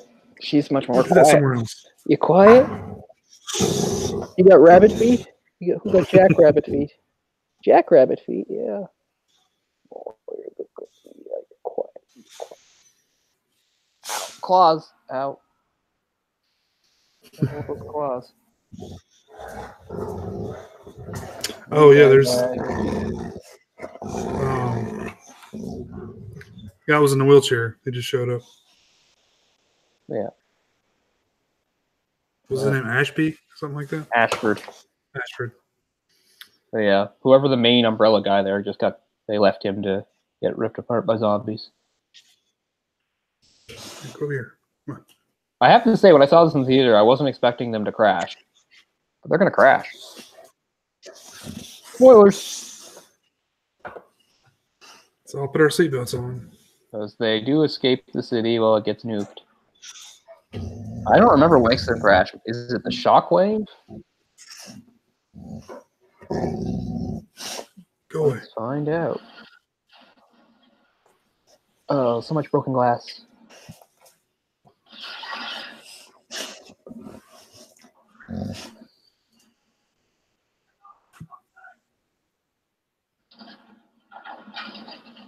Yeah, I think it We is. got Alice. We got Ashford, his daughter, Alice. Jill. Oh, for God's sakes. Yeah, look, she gets fucking impaled there, but she's still gonna be okay because she has like a healing factor. Yeah, and black guy. Sorry, I'd know his name if there were subtitles. The other characters, I know their name because I know who they are. Yeah, they crashed from the shockwave.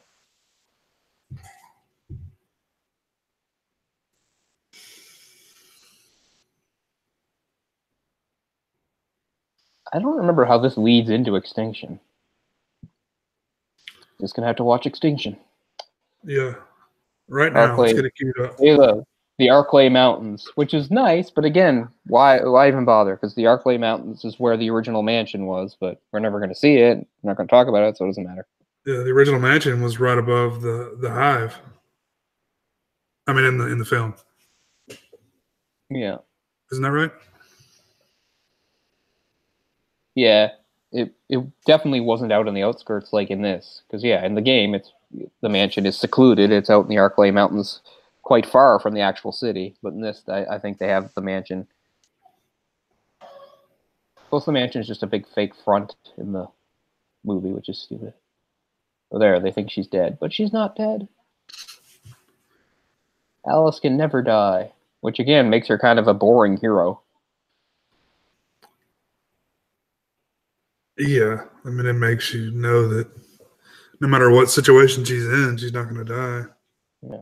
See, that's the other problem, when we talk about the problems with like fight scenes. Like when the stakes, when either the audience doesn't really understand what the stakes are, or the stakes is just like, well, what could they possibly do to this character? Like there's not really much to get invested about watching the fight. It's just like, well, they don't stand a chance, Right.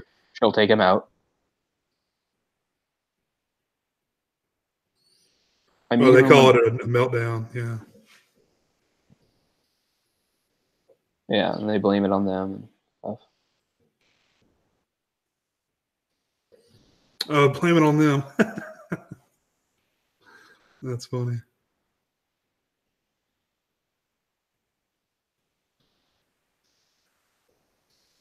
What the hell?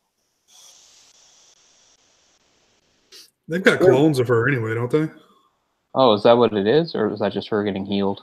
I mean, I think it's her getting healed, but I think they've shown that they have a whole room full of clones. Oh, for God's sake. I'm not surprised. I don't remember that, but I'm sure it's true.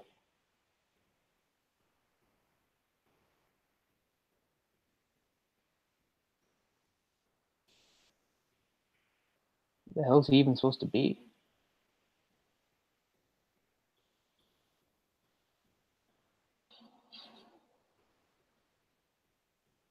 Oh, our breast there. I mean, she doesn't have much. Wow, it sure doesn't. Very, very thin model. I can remember that basically from the first time I saw her. Not that it was topless, but in The Fifth Element. Because remember, she wears that like weird like strip across here. She Yeah. has like no cleavage to speak of. Yeah.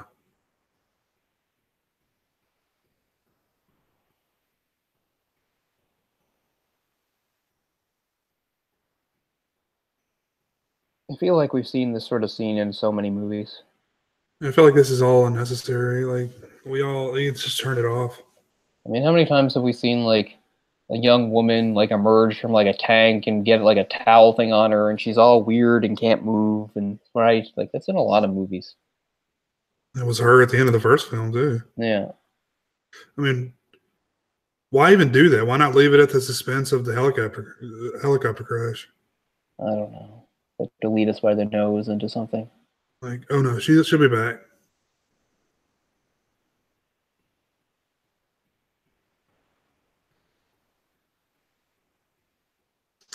This guy with the clipboard looks stupid. There's no way he would be a scientist. I hope they're not saying that he's Wesker. I don't think so.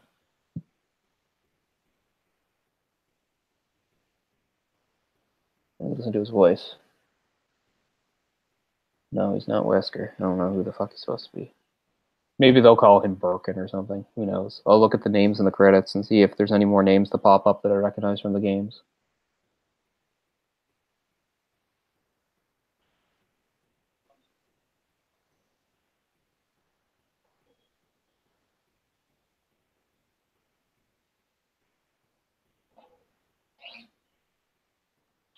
What? She doesn't remember anything? And her memories are coming back? What the fuck?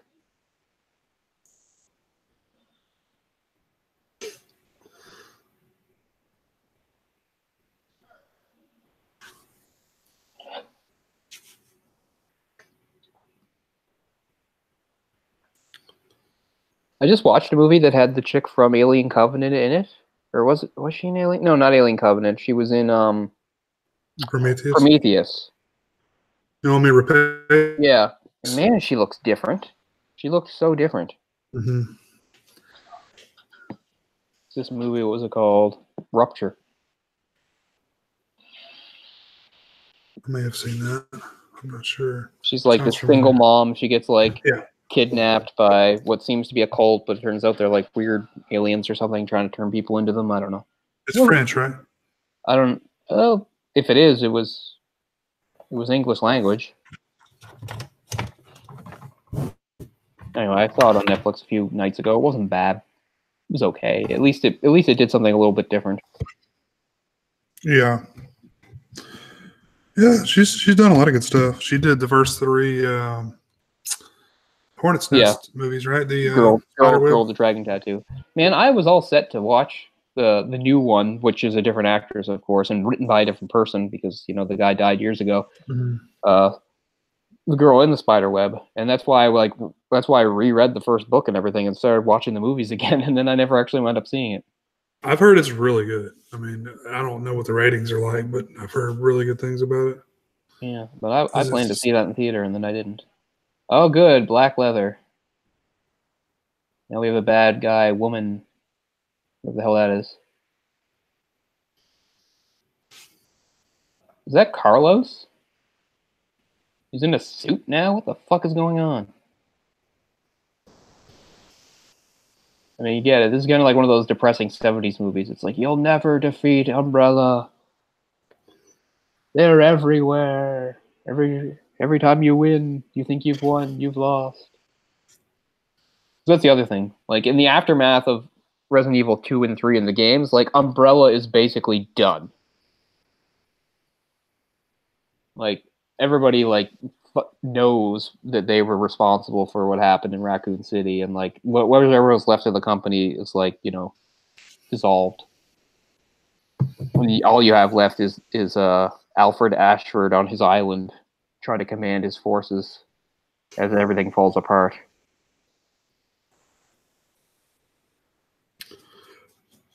So the guy who directed the new Girl in the Spider Web is the same guy who did the Evil Dead remake and get Don't Breathe.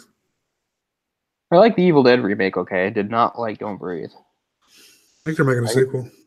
Yeah, I was gonna say, I just heard there's gonna be a Don't Breathe 2, which whatever, I don't care. But no, I did not like Don't Breathe. Actually, that's the other movie I saw on Netflix that was kind of like a mix of Don't Breathe and Rear Window. It was called The Good Neighbor. It's about like these two punk teenagers that put all these like hidden cameras in an old man's house and they try to like drive him nuts. The old guy is played by a notable actor, but I can't remember his name. Fuck. What's the name of the film?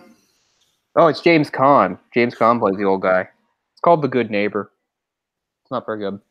I would not recommend it. Oh, really? But it feels kind of like a cross between like Rear Window and Don't Breathe. Like the concepts, not the actual movie. Yeah, we got umbrellas everywhere. Woohoo! Good job, Alexander Witt, whoever you are. Paul W.S. Anderson, you are a scribe. Anderson didn't direct this one, he just wrote it. Oh, really? God, who directed it? Somebody named Witt. Turn that off. Mila Jovovich. See? Sienna Gilroy. No idea who that is. I think Don't know I think that's Jill. Yeah, that's what I mean. I don't know any of these other names.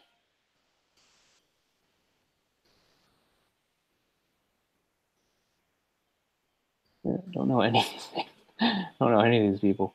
With Jared Harris, whoever the hell that is. Not Omar Epps, Mike Epps. Yeah, they've got to be brothers, right? Yeah, I hope so. I don't even remember who Omar Epps is. I just remember the name.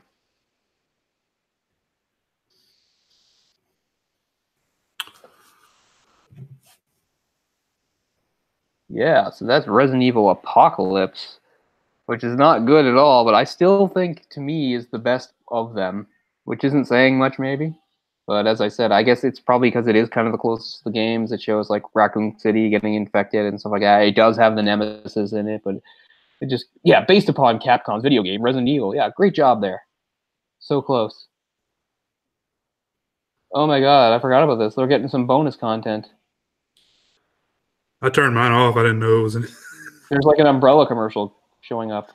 Oh man, Awesome. it's gone. Now it's gone again. Our business is life itself. So I'm watching because I'm trying to read the names of the characters.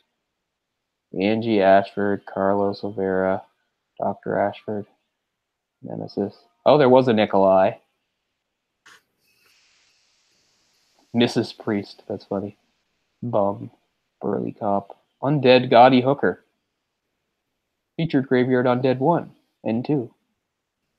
Reflection Undead, Zombie Dad, Featured Undead Kid number 3, Featured Undead, Featured Surplus Undead number 1, Featured School Undead. Great job. But no, I didn't see any extra character names. Certainly there was no Birkin, which seems like a huge missed opportunity, but everything about this series was a huge missed opportunity. It would have worked so much better as some sort of like mini series, you know, where people were trying to like gradually solve the mystery of what was going on and stuff, like as a show, not right. Movies. But no, they had to be big, crazy action movies bouncing off the walls, and yeah, it's not like you said, it's not like I don't like that stuff. It's just it doesn't fit here, and it just makes it ridiculous. No, I like all the subject matter. It's something about it. Just combined in a way I don't like. I don't know.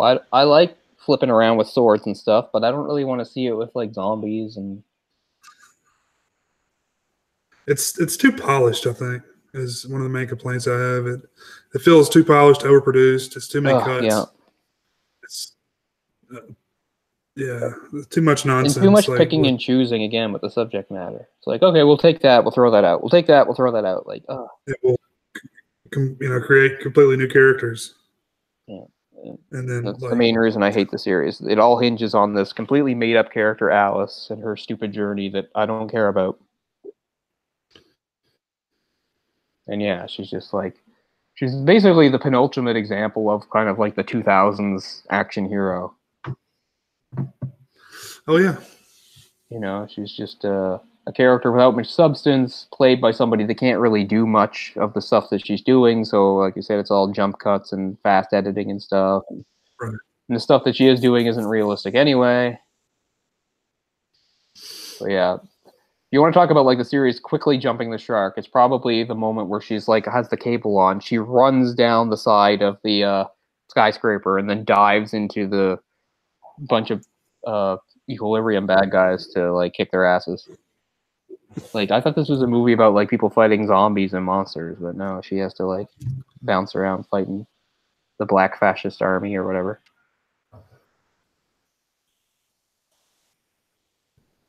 Oh no, I'm kind of glad I got to see it again anyway. Oh, maybe we'll do another one at one point. Who cares? It's really not, and I can't believe I bought this. I can't believe I watched it in the theater and then bought it on DVD. Like, I'm pretty surprised you bought it. Yeah. Pretty sure I did. Maybe I'm wrong. It's I was trying to find similar films around that time. I think we've mentioned most of them. But like, Underworld's probably the best comparison, like you said, because it's another sort of like female, and it's full of like the weird gun fu and flipping around and bad-looking CGI monsters and stuff like that. But it was a lot of that going on around that time. Like Buffy the Vampire Slayer was still on television. Alias, we mentioned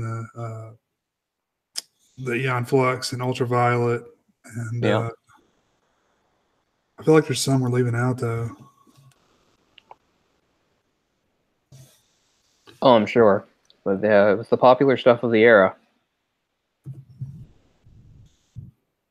But, for a movie that, like, leans into all that ridiculousness that I, like, enjoyed this year was the Alita Battle Angel movie. Yeah.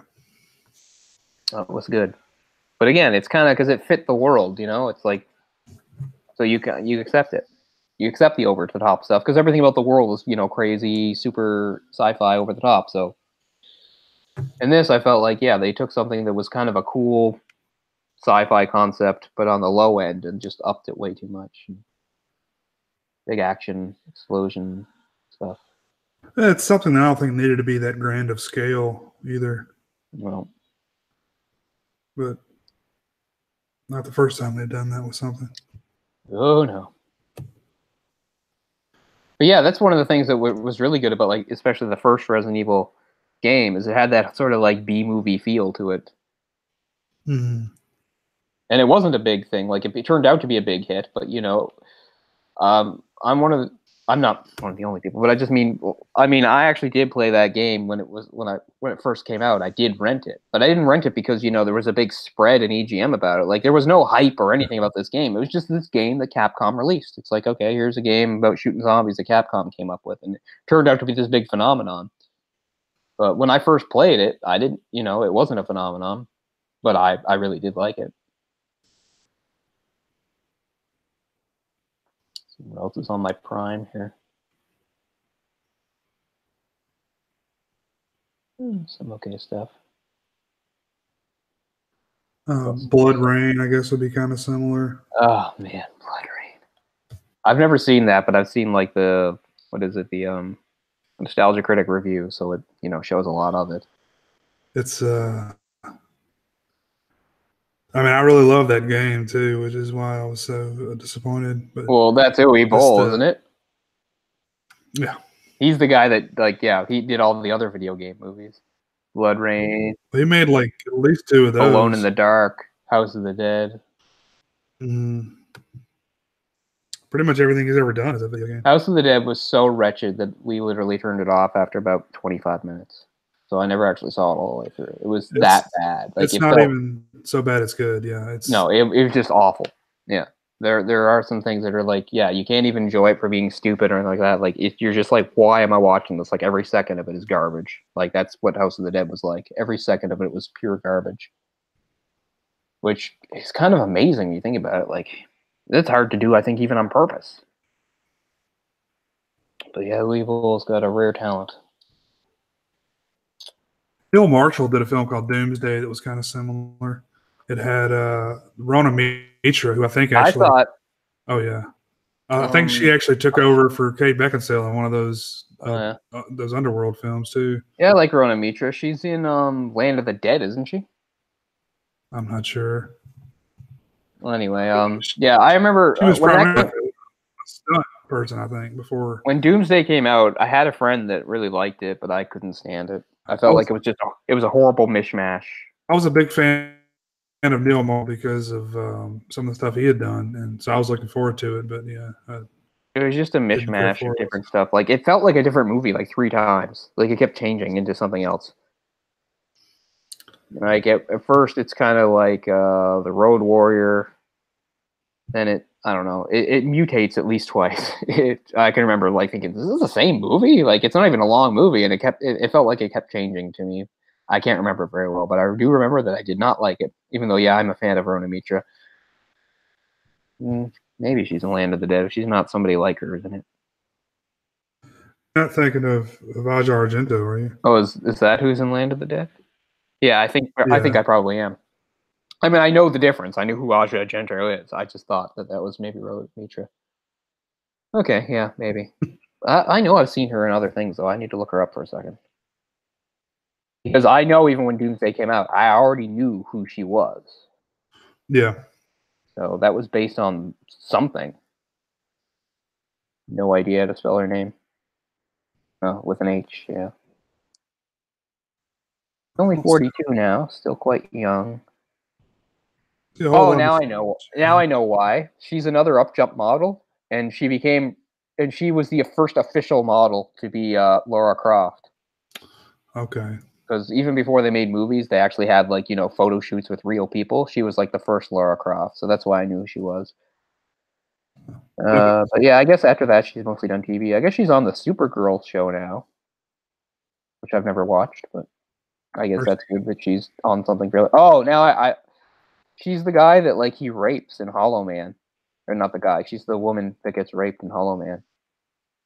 Oh, wow. And man, she's in one of the worst movies I've ever seen. Speaking of worst movies I've ever seen, the 1999 Beowulf with Christopher Lambert. My God. That is, like, I wish we could find that, because that is some kind of awful. Like, it's insane. There's a Hard Target 2? She's in Hard Target 2. I didn't know there was a second one. Hell, it's Scott Adkins, so I might like it, because I like him. Hell, I might watch that. Hard Target 2 with Scott Adkins. Why the fuck not? Getting hunted in Thailand. Does he have a mullet, though? What? No. Does he have a mullet? Yeah, I actually think they should remake Hard Target, because I like the concept, but I hate how everything looks. I hate the mullet. I hate the Louisiana setting. I hate the clothes. I don't know why I'm so focused on that. I know one person who disagree with you. I know it's like Rambo Rap's favorite movie. But I like the concept and I like Jean-Claude Van Damme, but I just feel like it needs to be completely done over with different people in a different place. I hate how it looks. It feels gross to me. Look, Wilford Brimley lives in the bayou. He Wilford sounds Brimley's like in that? he's from New Orleans. Wilford Brimley's in that? I don't even remember that. Yeah, But I it's love his. I don't know if it's his it. dad or his mentor or whatever. Huh. He's the one who I can't taught him. believe I forget that, considering I'm such a big fan of Wilford Brimley. I enjoy him so much and everything. Man, what did I just see him in recently? Something old. Um, Something from the 70s where he didn't even look as old as he usually looks. He's looked old as fuck for a long time. Still I alive, know. I think. Yeah, he is. I love Wilford Brimley. He's a treasure. His best role ever is in that Ewoks movie. Oh shit! I haven't seen those since I was a kid. I would love to watch them again though. He's amazing. He's like this guy who's like he's like this hermit living like in a tree house or something. I don't know, but it's No, it's fucking, Hard Target 2 or Hard Target 1. I mean, yeah. But I know what I just saw him in. I saw him in the China Syndrome, which is a really really good movie. But yeah, he's one of with the like control guys with like Jack Lemmon. Jane Fonda. Yeah, Jane. that's a Oh great yeah. great movie. That's that would be on one of my lists of best movies of the '70s. That's an awesome movie. Yeah, I watched it again recently after you were talking about it, and we did something not too long ago. Yeah, but yeah, he is 84. You'd think he was probably even older. I thought he was going to be like 96. God, he's been 84. Like when I was a kid, I remember thinking he looked like the guy on the Quaker Oats. Well, he Container. did do he was. He did well, I mean he did the commercials for them. Oh shit! Okay, that's why I Yeah. think that then. I remember him doing the other stuff about the diabetes, and I'm sure we talked about it many times. The thing on SNL with John Goodman doing it. That's one of my favorite things. John Goodman as Wilford Brimley doing that. Like, yeah, and he's on the horse, and he's like, "Now I'm gonna go get off. I'm gonna go onto a smaller horse, and then onto a large dog.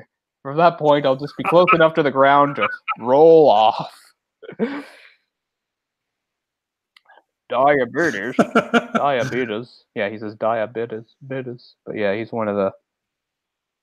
But yeah, his first feature film thing was in 1979, so he was already like middle aged. He was on Seinfeld. He played the Postmaster General. I don't remember that. I probably saw it, but I don't remember. And he was on this show, Life Goes On, maybe the name of it was. It was kind of like this drama weekly thing that came on the Family Channel, I think, but it was pretty popular back in the day. It had a boy with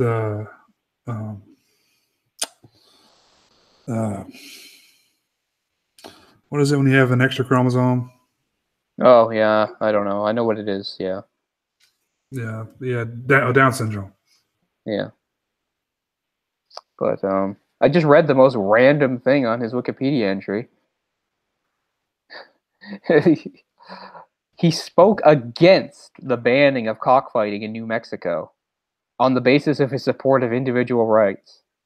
He spoke at a '98 Phoenix rally opposing an Arizona ballot proposition to ban cockfighting. He argued the ban could lead to efforts to restrict use of hunting dogs, which opponents of cockfighting called a distraction from the issue. What a weird political stance to take. Save cockfighting. Americans When have you the right come to out and cockfighting. use your celebrity clout for. What a worthy cause. And I'm pretty sure it's illegal there now, isn't it? I think it's still legal in Louisiana, maybe. Man, I didn't know it was legal anywhere. And what a weird thing to take a stance on. What a weird thing to even talk about. Yeah. You know, I've never seen either of the Cocoon movies. I feel like I'm missing out. Oh man, they are fucking. Who's that fucking boring actor that's in there? Oh man, he was in everything for a while there in the '80s. I know it's a Ron Howard movie. Not Tom Selleck. Not Steve Guttenberg. Steve Guttenberg. Well, you guys have heard me say, like, I have no idea how he was a big star in the '80s. Like you said, he's the most bland human being you've ever seen, and he was considered like a movie star in the '80s. He was like a big success. Like, oh man, check out Steve Guttenberg. He's in like Police Academy. I think he's in like Short Circuit. Like these aren't good movies either. But Yeah, it wasn't Short Circuit. like There's yeah, both raccoons. maybe he was a comedic leading man, but he was still considered a leading man, which is Three Men and a Baby. A lot of those type I movies. hate all Like that that was, stuff. That does not yeah, does yeah. not hold up for me. I know there's some of it that's okay, and I know some of it you are a fan of, and but none of it holds up for me. I'm a Like none fan of of. it. I appreciate for what it is, and I watched it at the time. But Yeah, sure. see, no, they banned cockfighting in 2007. It went into effect in 2008. Wow. So he held it In off for Louisiana. 10 years. Good for you, Wilford. You're so No, that's Louisiana. I don't know about Arizona. well, still like I that is would so think it was still fucking legal. weird. I want to see animals kill each What the other. hell? So like it says his first TV role was on The Waltons, where he played somebody named Horace Brimley, which is kind of weird because his real name is Wilford Brimley, right? But then it says his next TV role was on the show Kung Fu. Remember that show? Where he played a character called Horace Brimley. Was it a crossover?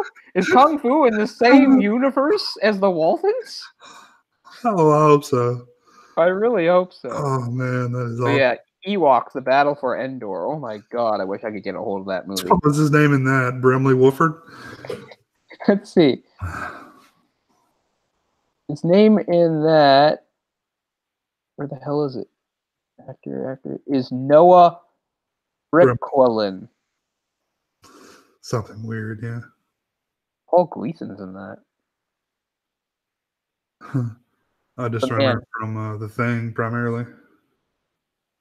But man, I want to see that movie again. Battle for Endor.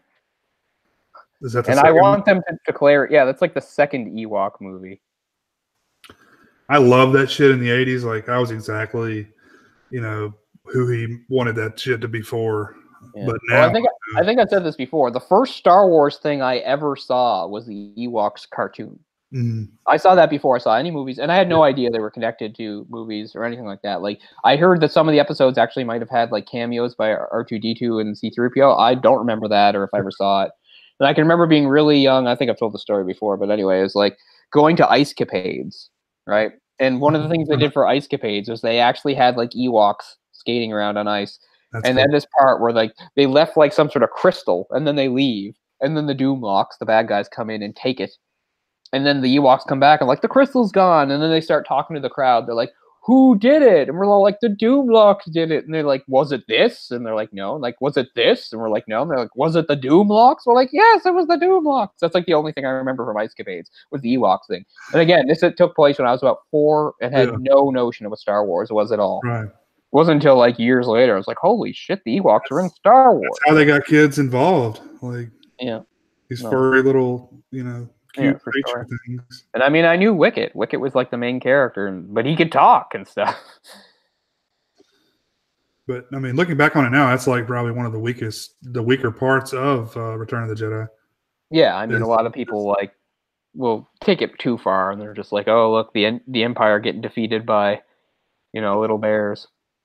Well, I'm like, well, it was only part of it. And the whole thing was, the point was, it was to show the arrogance of the Empire, right? They make this base on the planet, and they have such little respect for the Ewoks that they don't even bother with them. Like they don't round them up in camps or shoot them or anything. Who cares? They're just primitives. I get what they're saying. Knowing that it could have been a planet full of Chewbacca's or Wookiees would have been pretty cool. But maybe they didn't do that because of the holiday special. They're like, look, we tried to make some more Wookiees in the holiday special, and they look like fucking shit, so we're not doing any more of those. We can't have entire scenes of people going at each other.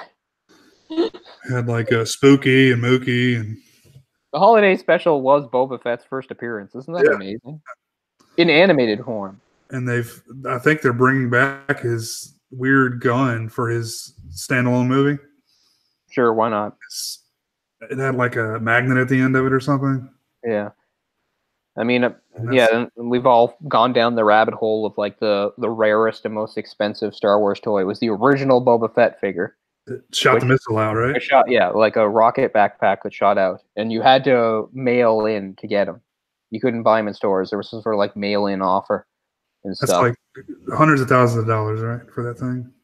Yeah, I think And that's like this was before like even the this was before Empire came out. This is like 1978 or something like that. And he's only appeared in animated form in this shitty holiday special, but you could get that special character because they did say that he was. They did announce, I guess, like I don't know how much people knew things back then because it wasn't the internet, but they did say like he's an upcoming character. He's going to be in the next Star Wars. Like so, I guess the really hardcore fans knew.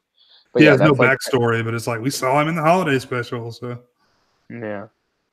He never has backstory, but now he's going to get it. Don't worry. Well, don't worry. They gave him really terrible backstory in the prequels. Isn't it really glad to know that he's the clone son of some guy? Oh, fuck. We don't have time for all this.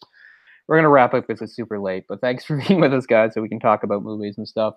Or Resident Evil Apocalypse. It's a lot of fun.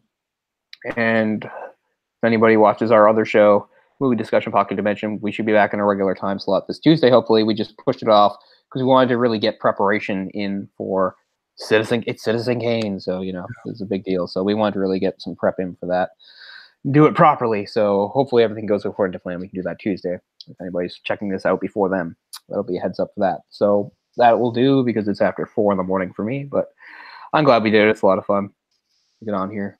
So yeah, Resident Evil. And maybe in the future we'll even do another Resident Evil because why the hell not? Who knows?